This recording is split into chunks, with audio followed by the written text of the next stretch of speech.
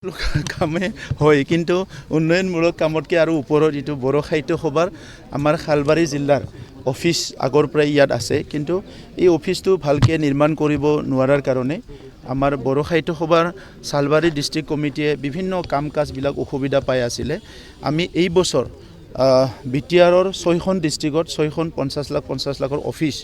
আৰু কোকৰাঝাৰত থকা কেন্দ্ৰীয় অফিচত প্ৰায় 1.5 কোটি আৰু গুৱাহাটীত থকা কেন্দ্ৰীয় অফিচৰ কাৰণেও প্ৰায় 2.5 কোটি টকাৰ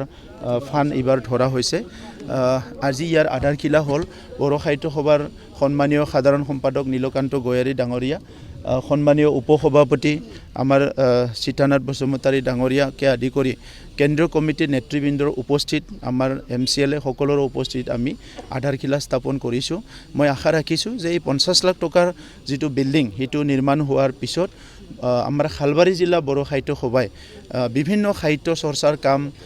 কিতাপ পত্ৰ লিখনিৰ কাম চলি থাকে সেমিনাৰ আদি কৰি এইবিলাক খুব সুন্দৰকৈ চলি যাব আৰু এই কামত উপস্থিত হ'বলৈ পাই নিজকে মই আনন্দিত হৈছোঁ কাৰণ আমি LP স্কুলত পঢ়াৰ পৰা LP স্কুলৰ দিনৰ পৰা বড়ো সাহিত্য সভাৰ লগত জড়িত আছোঁ ME স্কুলৰ সময়ত আমি ভলেণ্টাৰ্ছ হৈছোঁ যেতিয়া বড়ো সাহিত্য সভা আৰু বড়ো সাহিত্য সভা বড়ো জনগোষ্ঠীৰ এইটো সবচে হায়েষ্ট বডি গাৰ্জেন বডি বুলি ধৰা হয় গতিকে বড়ো সাহিত্য সভাৰ ওপৰত আমাৰ কোনো কি কয় আনকণ্ডিশ্যনেল ৰেছপেক্ট আৰু লাভ সকলো বড়োসকলৰ এনি টাইম থাকে গতিকে বড়ো সাহিত্য সভাৰ কাৰণে আজি বড়ো ভাষা সাহিত্য সংস্কৃতি আমাৰ সব আজি অস্তিত্ব জীয়াই আছে গতিকে বড়ো সাহিত্য সভাৰ অনাগত দিনতো বড়ো সাহিত্য সভাৰ যিকোনো কামত আমি যি কিঞ্চিত হেল্প কৰিব পাৰোঁ সদায় কৰি যাম চাওক আমাৰ কামটো আমি কৰি আছোঁ আৰু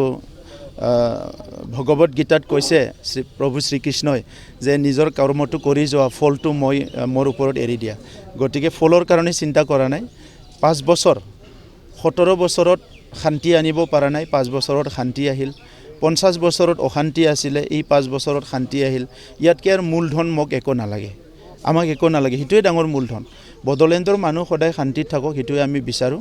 আৰু জাতি ভেদাভেদ সমাজ ভেদাভেদ ধৰ্ম ভেদাভেদ এইবিলাক যাতে কোনো ৰাজনীতিক কাৰণত ৰিপিট নহয় এই কথাটোকে মই সবকে অনুৰোধ কৰিম সকলোৰে দায়িত্ব আছে পৃথিৱীখনত ইফালে আনফালে সদায় গৰম হৈ আছে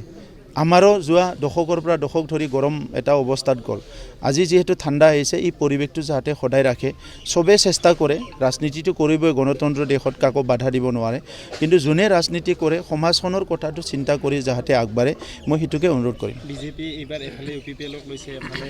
BPFকো সমৰ্থন কৰিছে কি ক'ব বিচাৰে ইয়াৰ ওপৰত মই বহুত কথা ক'ব নিবিচাৰোঁ কাৰণ আমি NDAতে আছোঁ সময়ত সব কথা আপোনালোকে গম পাব আজিতো সবে কাম কৰি আছে নিজৰ কামটোতো কৰিবই লাগিব হয়নে নহয় তো সেইকাৰণে পিছত মই ভালকৈ ক'ম এইবাৰ কিমানখন আসন লাভ কৰিব পূৰ্বৰ তুলনাত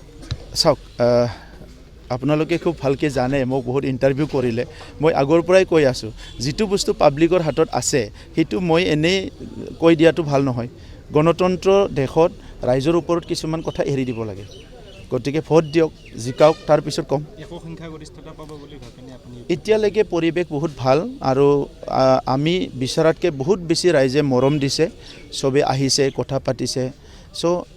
জাতি জনগোষ্ঠী সব ভালকৈ মানে এটা পৰিৱেশত চবে আগবাঢ়ি আছে সেইকাৰণে মই ভাবিছোঁ যে UPPL দলক খুব ভালকৈ একচেপ্ট কৰিছে মহিলাৰ কি হ'ব ডনাল্ড ট্ৰাম্পৰ দৰে প্ৰচাৰ চলোৱা আৰম্ভ কৰিছে তেখেতৰ প্ৰতি মোৰ শুভেচ্ছা থাকিব দাদা হিচাপে সদায় থেংক ইউ